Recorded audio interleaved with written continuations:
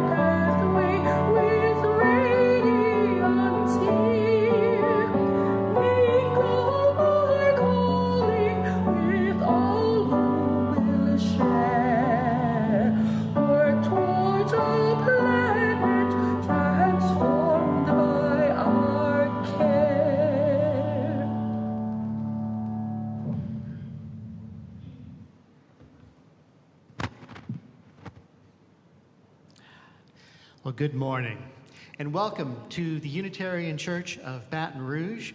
Those joining us in person, those joining us online as well. We are glad to have you with us in whichever format, in whatever location you may be joining us. It is good to join together for this time of worship. I am Reverend Eric Poza, interim minister. I serve this congregation alongside, of course, our senior minister, Reverend Nathan Ryan, and our intern minister, Leslie Runnels. I'm pleased to be joined this morning by our music director, Lee Hartman, and we have the Babcocks in our treehouse running our tech this morning, so thanks to them as well. There is, as we're reopening the building, more and more that is happening here in the life of the congregation. We were never closed, but we're taking advantage of even more opportunities to be engaged with one another. We do, as part of that, invite you to stay after service. We started last week and are amplifying this week some offerings between our two service times. So starting shortly after the worship ends, as you walk outside, you'll see that there are some tables outside. We have an area for children set up over here and an area for adults set up over here. So those of you who are with us physically, we hope you'll join for those. And we have events coming up, including a Halloween party coming up. That's going to be not this coming Saturday evening, but the following Saturday evening, October 23rd. I believe it starts at 5:30. And we hope that some of you can join us for this.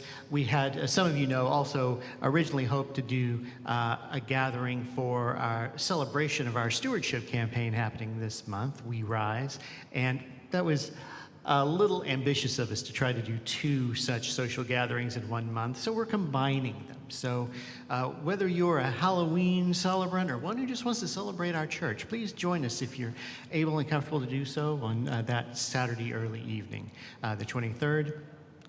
And we have activities ramping up for our senior youth program, which includes a new fire pit outside the senior youth room that has just been set up for them to gather around for some of their activities. So Kathy, may I direct people to our Director of Family Ministries, Kathy Smith, if you have any questions about that and when those activities are getting started. And of course, we are, as I noted earlier, in our time of stewardship, our annual stewardship campaign, pledge campaign for this congregation for the year 2022 coming up. We Rise is the theme. And later in today's service, you're going to hear a testimonial from one of our board members to say more about the meaning of that. But we also have, to start with, but just before our lesson from our intern minister, we also have a stewardship update from our senior minister. Thank you.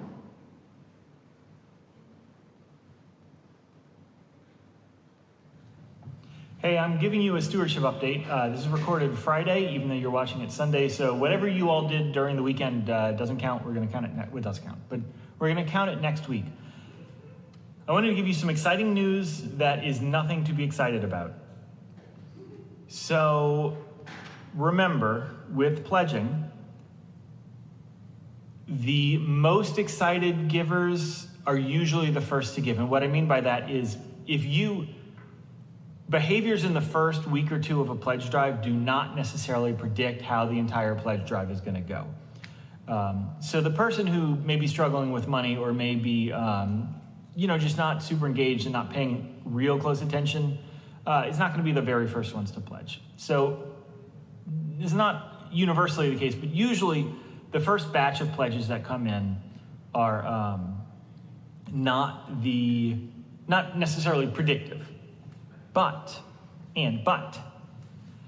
so remember, our budget last year was $500,000 in pledges. We were shooting for $550,000, and if we get up to $600,000, we look at getting the staff up to fair compensation and maybe even full health benefits and doubling our gift to Together Baton Rouge, things like that. So right now, we have 21 pledges in, which, first of all, 21 pledges, not a great number. We got to get to almost 300 to 400 pledges in. So, and this church loves dragging them into November, December, January. When Steve retired, one of the asks we made of you is, could you please just send in your pledges early so we can get this wrapped up? So I'm going to make the ask again. Please send them in early. Anyway, 21, not as good as we could do. However, it was the first week. 21 pledges in, $80,940. That is like what, 1/7 of the entire budget? 21 people. This is great. This is really good news. So for those of you who are excited about this and all of the things we could be doing as a church, if everyone was able to turn in their pledge, and remember, if everyone could increase it by 10%, we meet the goal. 20%, we will meet that really high goal where we get to do all the fun stuff.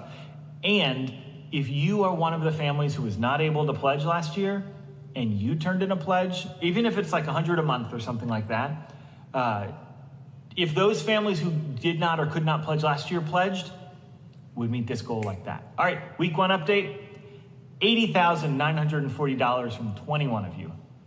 Thank you.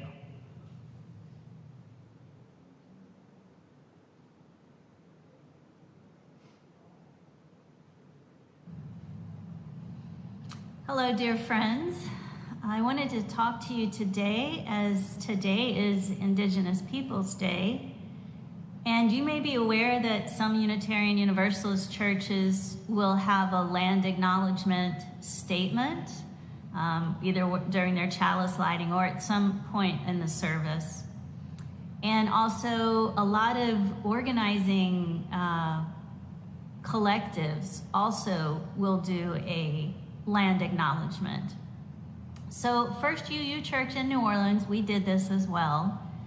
And we went through a process of kind of understanding what a land acknowledgement was, right? And how to do it respectfully and with proper meaning. So what ours says is, we recognize we are not the first people to worship here. The indigenous nations of the Chitimacha, the Choctaw, the Ashak, the Tunica, the Homa, and the Natchez, to name just a few, called this area Bulbancha, which means place of many tongues. They named the river Malbancha, or river of many tongues. We light this land occupation acknowledgement candle so we may remember that we share this sacred space with the generations of people who came before us. So that was our land acknowledgement.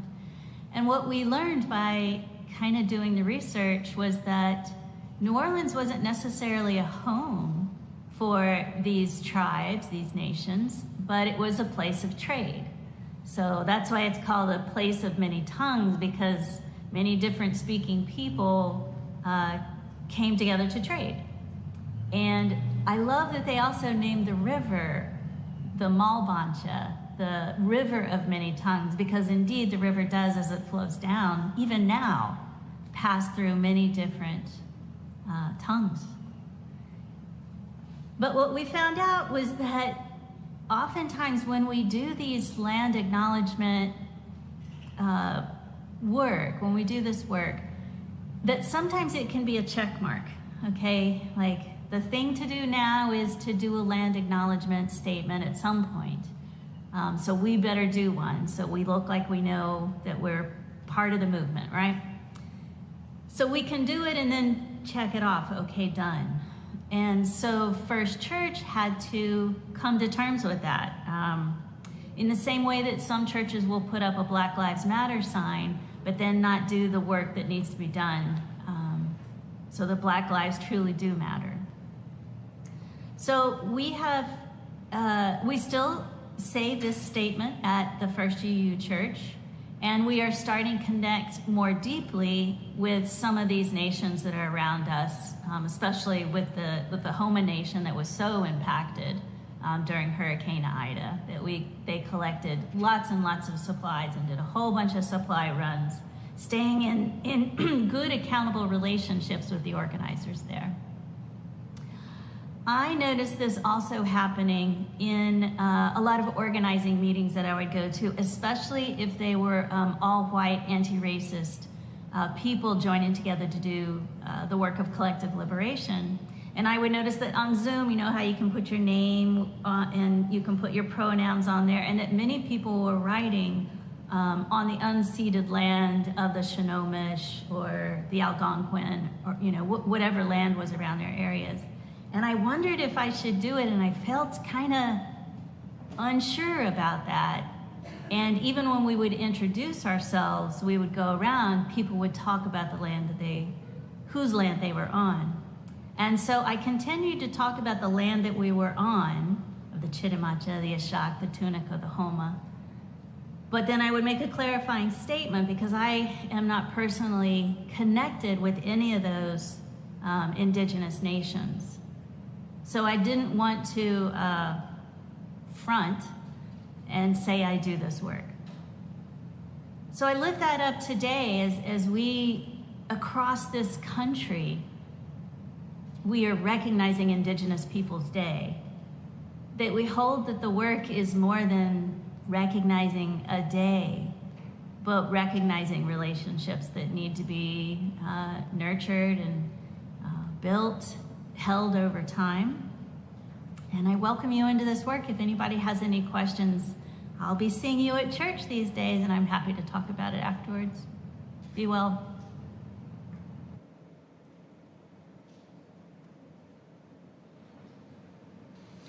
We'll say more about Indigenous Peoples Day later in today's service, but let us take an opportunity now for coming together for a ritual in this congregation's life of sharing stones symbolically to represent milestones in our lives, that which may be on your heart. And we have one in particular to lift up in advance. This is for Janina Fuller on the death recently of her mother, Lillian Fuller, who died at the age, this was yesterday, in fact, that she died at the age of 100. For Lillian.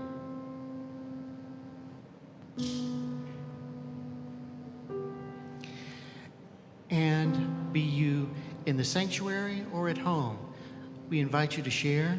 If you're at home, feel free to type into a chat. Some just type an asterisk, others will type the name of who their virtual stone would be for. Those here in the sanctuary, please gather along the sides and come forward. Take one of the stones on the table and place it in our chalice. I invite you to come forward now.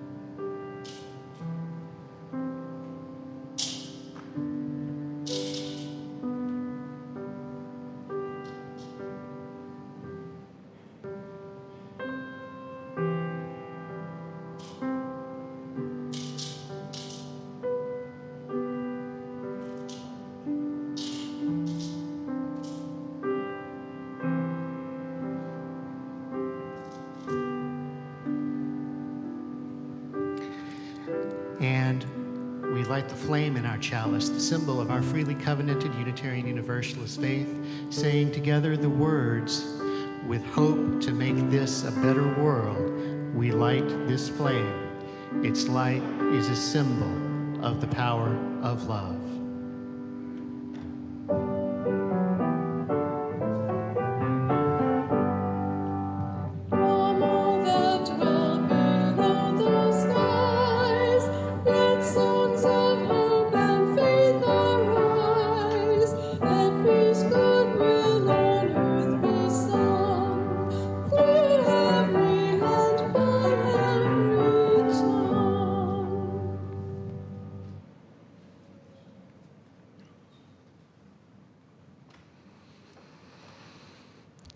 Even from a very young age, Viola Liuzzo knew something about what it meant to live through what many of us would call hell on earth. Viola grew up very poor in a poor white family during the Great Depression in rural parts of East Tennessee and Georgia. Her family moved a lot because they were trying to outrun even worse economic hardships than many of the people around them. That was tough because her father had lost his hand as a coal miner when Viola was very young, and it prevented her father from working much in those days, which meant the family fell on very hard times. But even at a young age, Viola understood that some folk around her faced even harder times still. When she was 6 years old, her mother was managing a store in Georgia. One day, Viola took money out of the cash register to give to a young girl, a young black girl, whose family had even less money than they did. Her sense of justice carried with her throughout her life, even through her teen years when the family moved to Michigan. Her father had gotten work in a bomb factory there at the beginning of World War II, and Viola soon found work in Detroit herself. As an adult, she became involved in union organizing, eventually marrying Teamsters organizer Anthony Liuzzo, as well as working for racial justice causes in her bitterly segregated city. Indeed, in 1964, after she had become a Unitarian Universalist, joining First UU Church of Detroit, she traveled to New York with her best friend of the previous 20 years, Sarah Evans. The thought of a white woman and a black woman driving together from Detroit to New York to attend a United Nations seminar on civil rights that was sponsored by the UUA is an image that sticks with me. And Viola Liuzzo did not just lament, in her words, the too many people who just stand around talking. She also made sure that she never became such a person herself. And it was in that context, in late February and early March of 1965, that she heard about Selma. The death of voting rights activist Jimmy Lee Jackson, the violence unleashed on Bloody Sunday against marchers, and Dr. King's call for people of goodwill to travel to Selma in solidarity. They all moved Viola to answer that call from Dr. King, and along with hundreds of other UU clergy and lay people, including the Reverend James Reeb, whose name you may know, and thousands of others, Viola once again took to the road, traveling to Selma, and like Reverend Reeb, Viola Liuzzo did not return. She did join the March to Montgomery. After it ended, she volunteered to bring people back to Selma, driving with several black men as passengers. Ku Klux Klan members forced her car off of the road and then killed her. Viola Liuzzo, along with Reverend James Reeb and others, are known as the martyrs of Selma, those who brought their presence and gave their lives to the cause of justice. And in doing so, Viola Liuzzo died the way she lived, with integrity, true to her values. For the values we Unitarian Universalists follow do call us to live our lives open-heartedly, to accept one another in all of our dignity and worth, with compassion in our relationships, respecting our interdependence with one another. Viola Liuzzo's life and death are dramatic yet real examples of what it means, in the words of this congregation's Holy Why statement, to love, connect, and transform. This is stewardship season for this church, and as we reflect on this stewardship season, on what it means for us to rise together as people and as a church, certainly we're considering what it means for us to be together, to be community in community with one another. And that's true, be it virtually, be it face-to-face, or increasingly both. But those values also call us to live in accordance with them every day. Not just when we're participating in worship. But what does that mean for us? What does it mean, and how can we support this church in supporting all of us in taking our UU values, our Unitarian Universalist faith, into the world?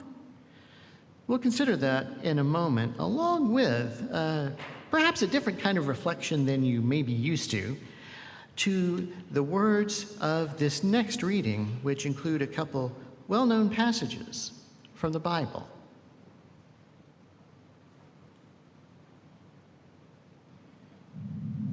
Do not store up for yourselves treasures on earth, where moth and rust consume and where thieves break in and steal.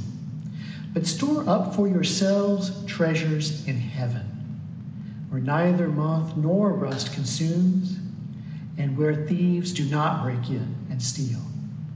For where your treasure is, there your heart will be also.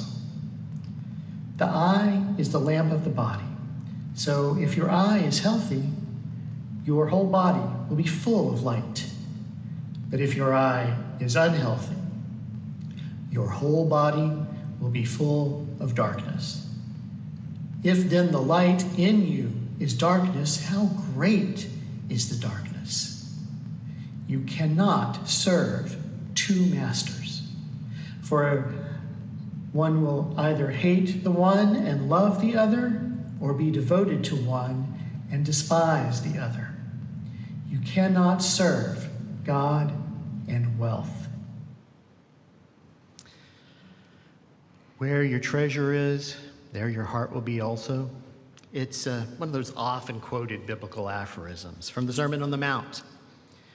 But popular overuse aside, Jesus is pointing out that our treasure follows our heart.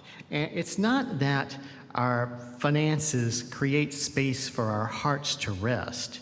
It's that the movement of our hearts, the flow of our mutual love for one another, can create a kind of heart space. And the flow of our material treasures trails behind in love's wake.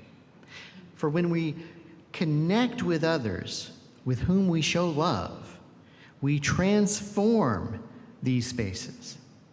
Love, connect, transform into spaces worth maintaining, worth supporting through our financial resources. Now, money may not instigate the creation of heart space, and certainly we are not about the business of serving finances as such. We're not about serving wealth. We are, though, about reinforcing these places to rest in beloved community, this place to be strengthened for loving acts to come. Because our financial treasures do strengthen our staffing, our programs and ministries, our policies. Our treasures strengthen this church so that the church may better equip and empower us, separately and together, all of us together, to what it means for us to go out and strengthen the world as Unitarian Universalists. The stronger, the more healthy, the more vibrant, and yes, the better financed a church can be, the more it can help us. But help us to do what? Well, it bears repeating that we, Unitarian Universalists, we are the inheritors of this great tradition of universalism. And that tradition rejected eternal hell.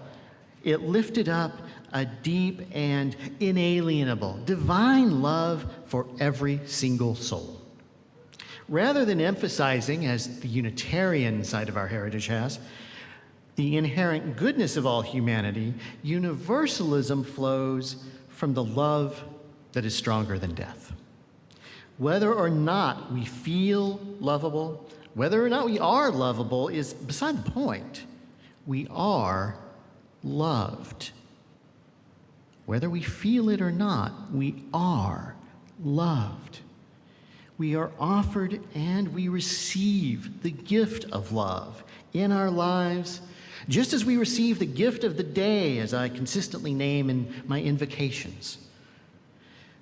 Yet today, in our post-insurrection, post-climate change world, recognition is growing among us that we have to do something. We have to respond to the many aspects of the world as it is that fall short of the world as it should be.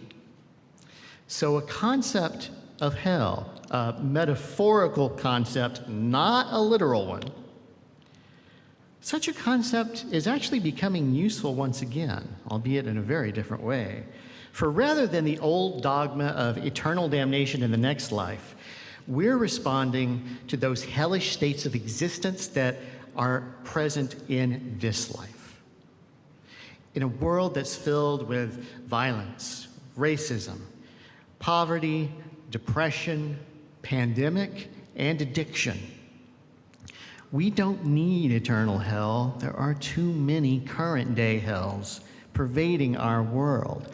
And yet, in the face of that bad news, there's the good news, that core universalist principle that every person is loved beyond measure, by a love so powerful that some know it is God. And that love calls us to spread it in ways that ease the suffering of those around us. because we are called to love the hell out of the world. And we'll unpack a bit more about what that phrase means in a few minutes.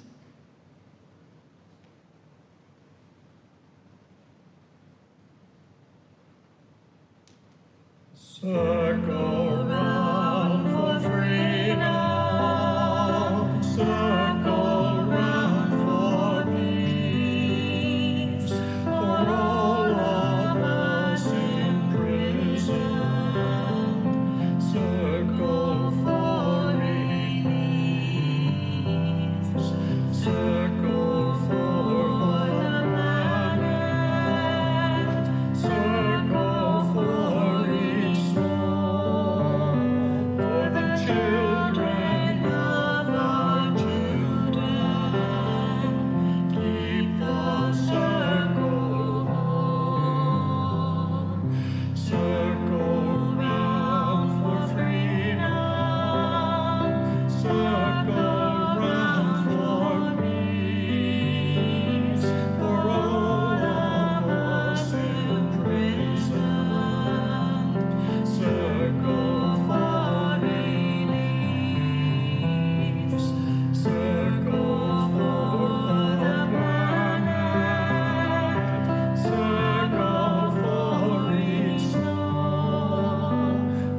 children of our children, keep the circle on.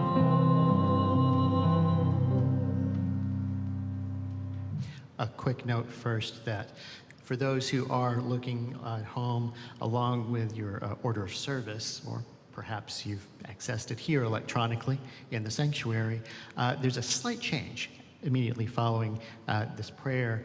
We'll actually go into our anthem. And the testimonial that is listed will come just a bit later in the service. But with that note, I do invite us into a time of prayer, reaching deep within, reaching far beyond yourself to connect with what you know to be sacred. Let us pray. Spirit of life and of love, God known by so many names, mystery beyond all of our naming. The incredible beauty and diversity of our world gives us so many chances to stop in wonder and awe. We are grateful for all that is good around us, for all that we can celebrate together, be it virtually or face-to-face. And we know that there are so many struggles as well. Struggles that so many of us face in these trying times. We know what it means to feel scared, alone, worried and anxious. And we know what it means to reach out to those who may feel likewise. And what it means for us to reach out when we are feeling so worried or scared. Help us, strengthen us, fortify us to do the reaching out, the connecting with one another, finding the right ways, the good ways for us to share and show love with one another so that we may continue to strengthen those around us and ourselves for the ongoing work of transforming this world. So may it be. Amen.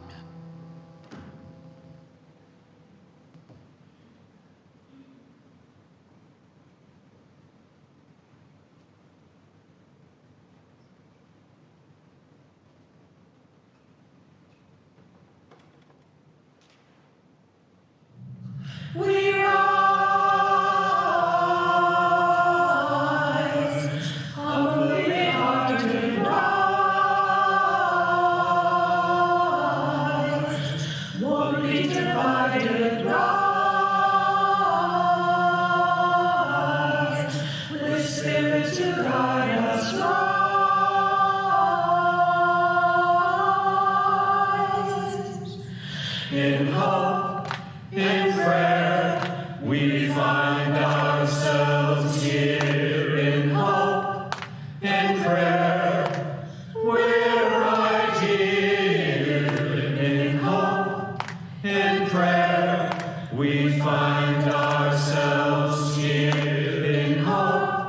in prayer. We're right here, and we rise. All the children rise. Elders with wisdom rise. Ancestors around us rise.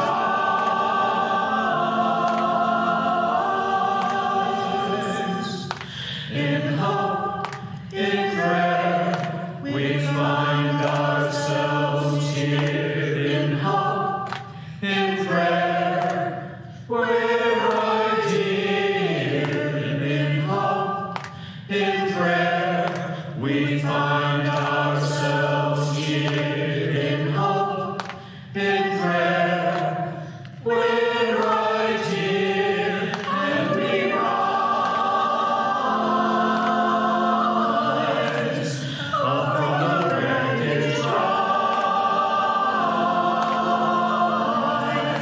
with tears and heritage,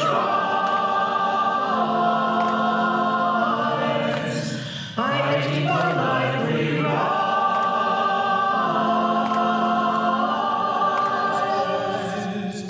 In hope, in prayer, we find ourselves here. In hope, in prayer, we're right here. In hope, in prayer, we find ourselves here. In hope, in prayer, we're right here, and we rise. Humbly hearted rise. Glory divided rise. With spirits of Christ.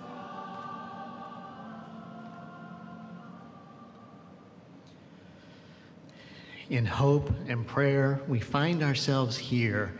And in 2021, we're learning to think of here in new ways.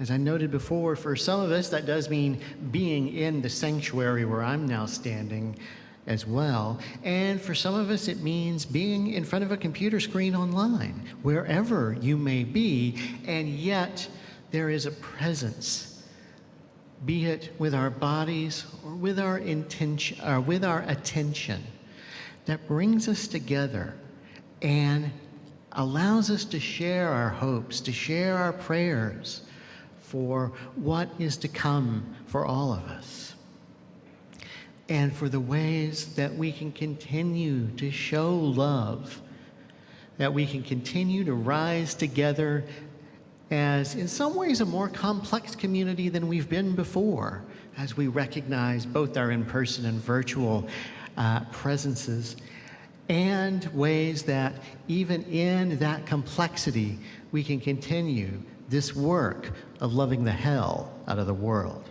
Now, I said I'd say more about that phrase. It quickly became a new catchphrase among Unitarian Universalists a little over a decade ago. Those who were committed to putting our faith into action, and also those committed to understanding why our faith guides our actions.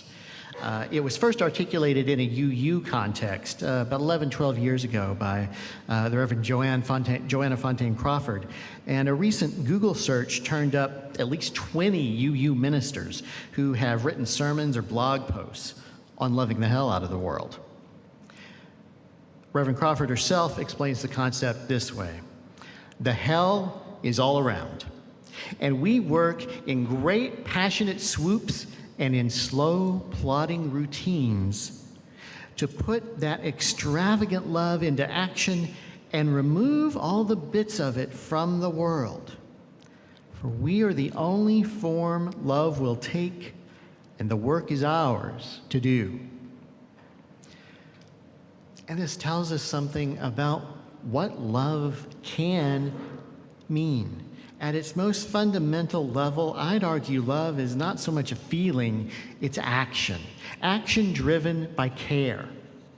This call to love This call to love the hell out of the world is a call to love it in ways that truly drive out some pieces of the hell within it in particular contexts. So let me name two examples, two of the many hellish states of existence that have particular resonance for us now, as both are being acknowledged tomorrow. One was shared just a few moments ago in the lesson by our intern minister, Leslie Runnels. Indigenous Peoples Day is tomorrow, which more and more people are marking in lieu of Columbus Day. And clearly the centuries of colonization and genocide of the people native to this hemisphere, as inaugurated by Christopher Columbus and his crews, have sustained a particularly brutal hell on earth for every tribe on both continents, north and south. Acknowledging which tribe dwelled on a particular section of land before Europeans and their descendants settled there may or may not be the right first step for any group or organization to take in increasing their ownership of and commitment to undoing some small pieces of that incredible harm.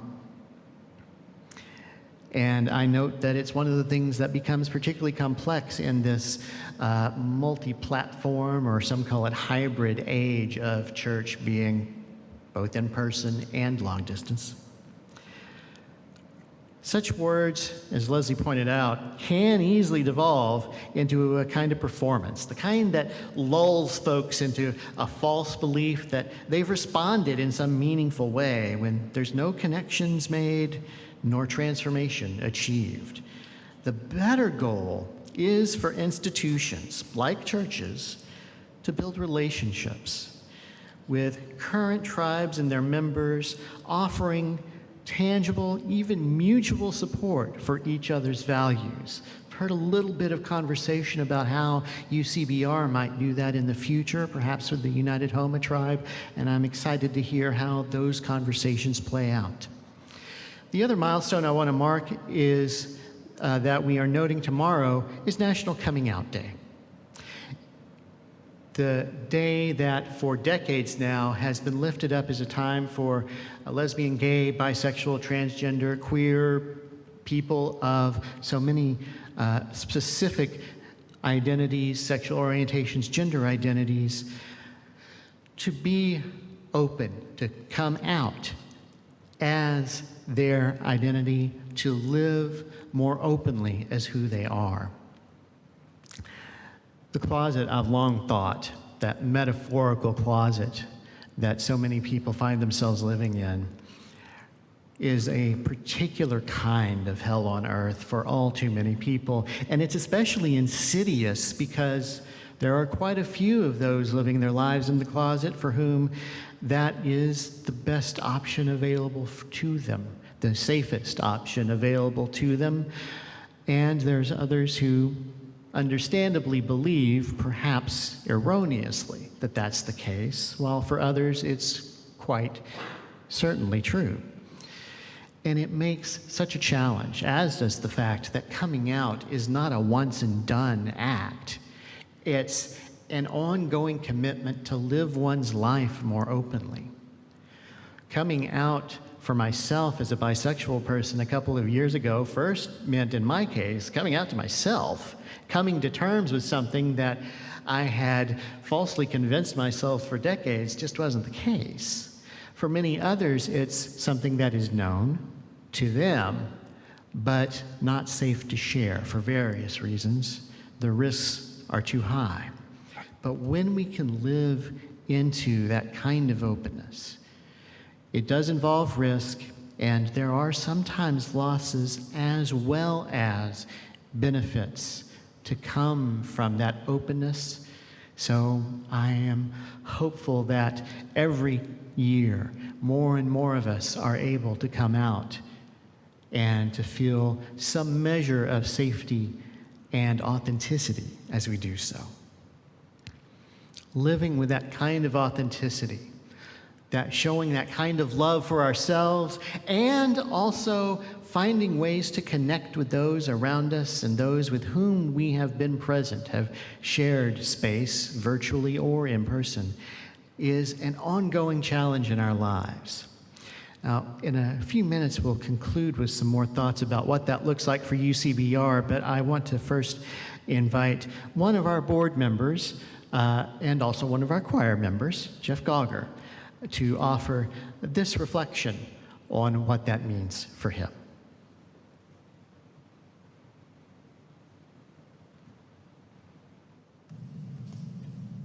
Hi, my name is Jeff Gauger, and it's my privilege to serve you as a member of your Board of Trustees.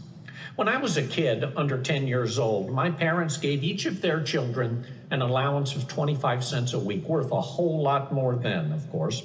We had to drop 5 cents into a piggy bank, and we had to plop another 5 cents into the offering plate as it passed by each Sunday in church. I'd stare at that plate as it moved on to the end of the pew, aghast at the loss of a precious nickel to boring old church.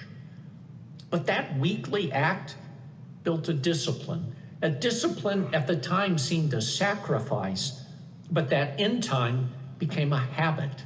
Later still, the habit grew into a commitment to in turn each of the faith communities where I have found human interaction, comfort, opportunities to serve others, and encouragement to keep trying to grow into my best self.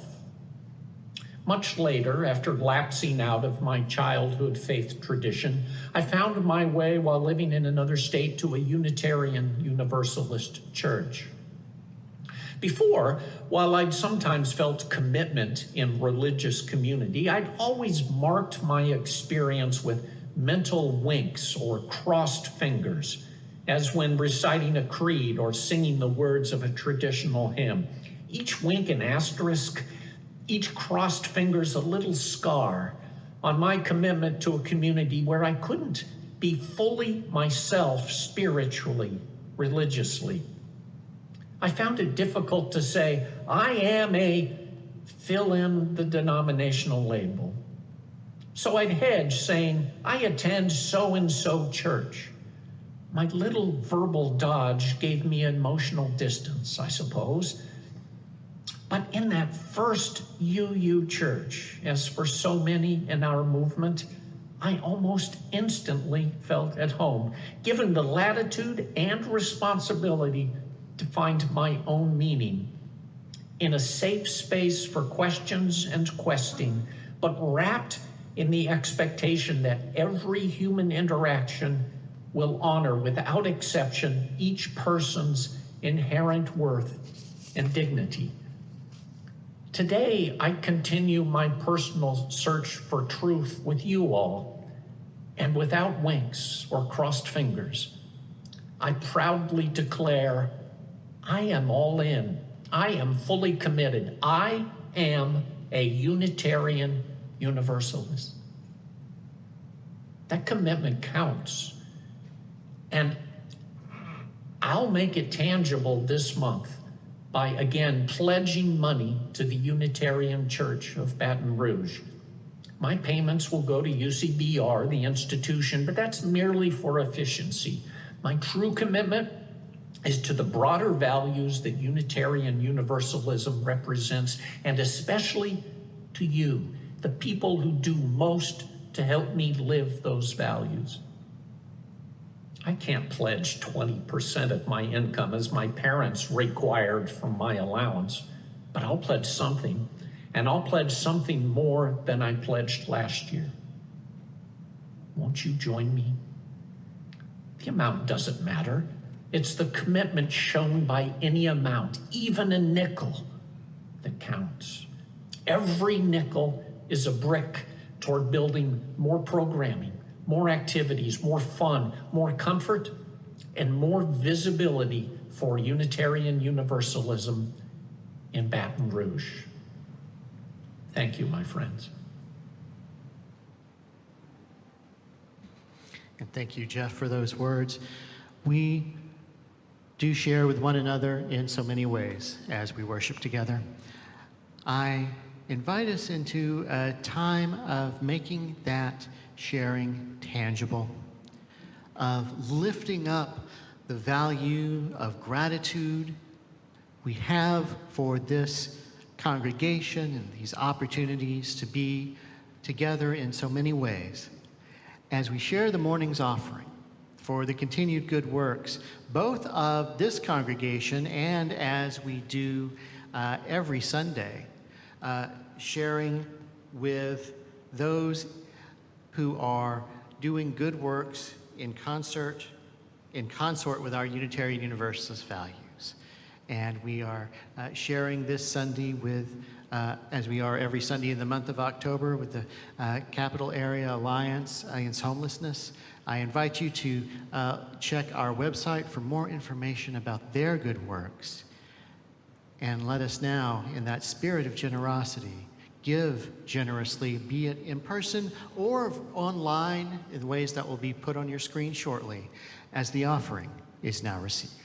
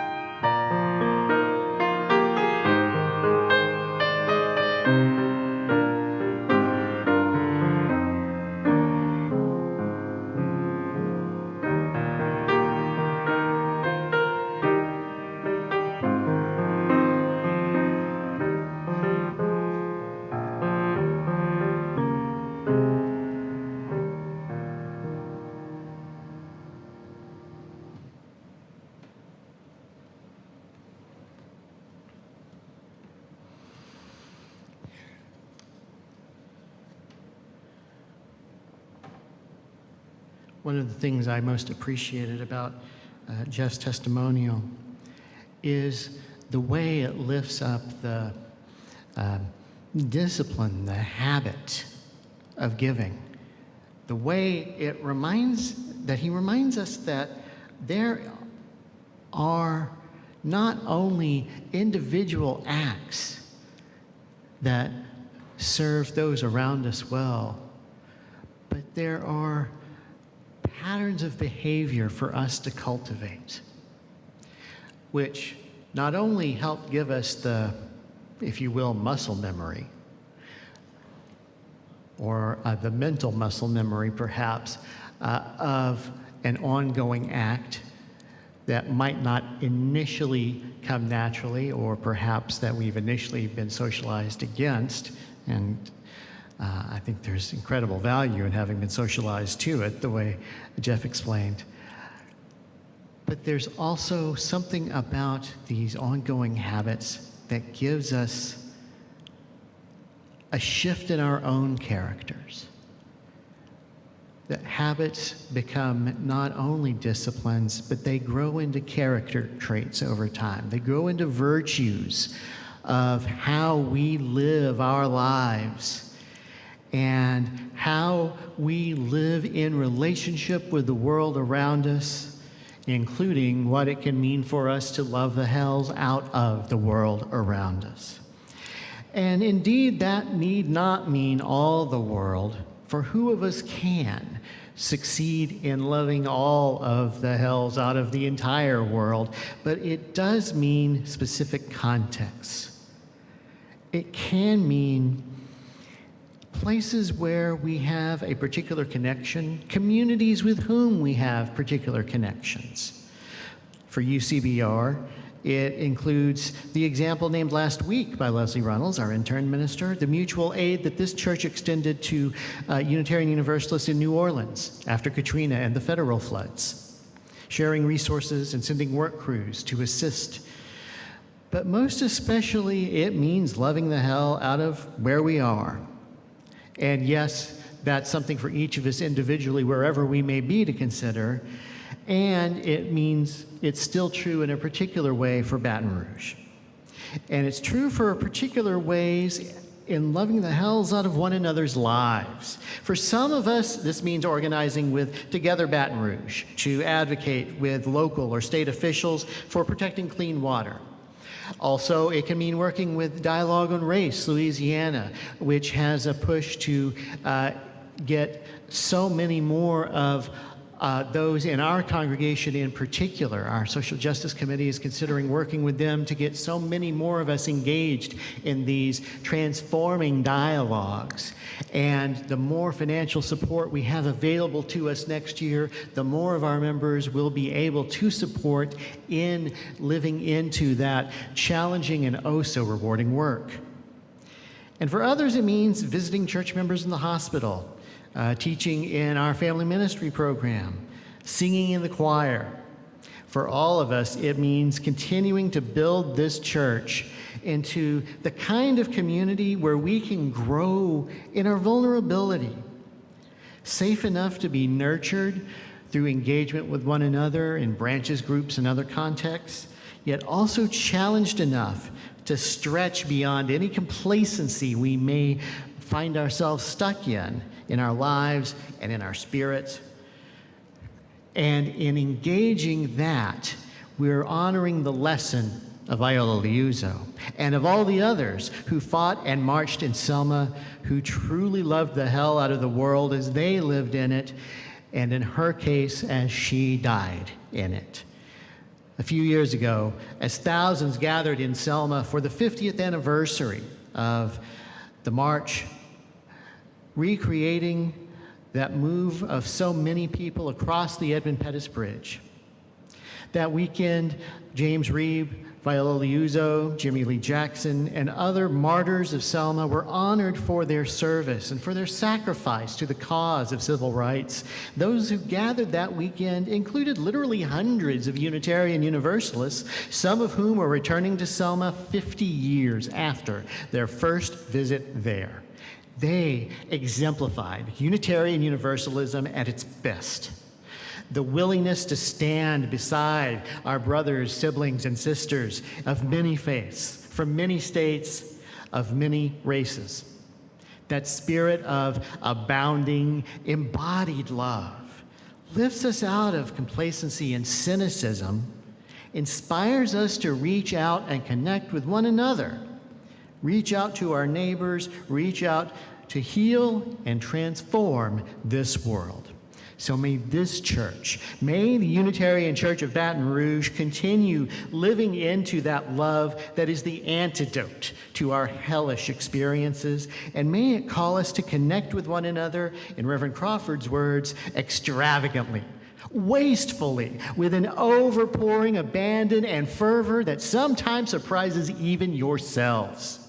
And may our support of this church allow it to continue transforming our lives as we ever seek new and greater ways to love the hell out of this world. So may it be for us all. Amen.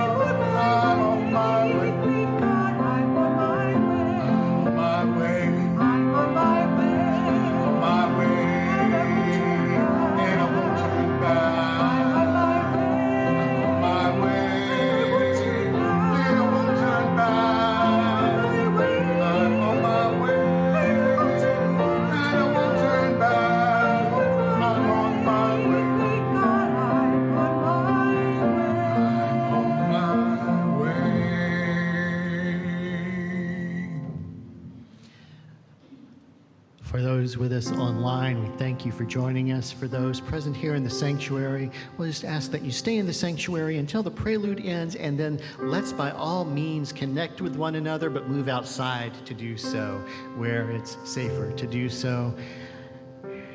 We are together in so many ways.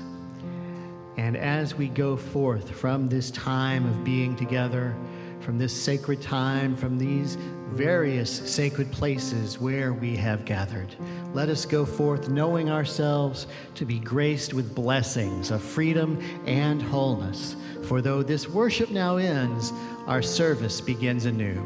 Let us go forth to serve this hurting world in the spirit of love. Thank you for joining us. Go in peace.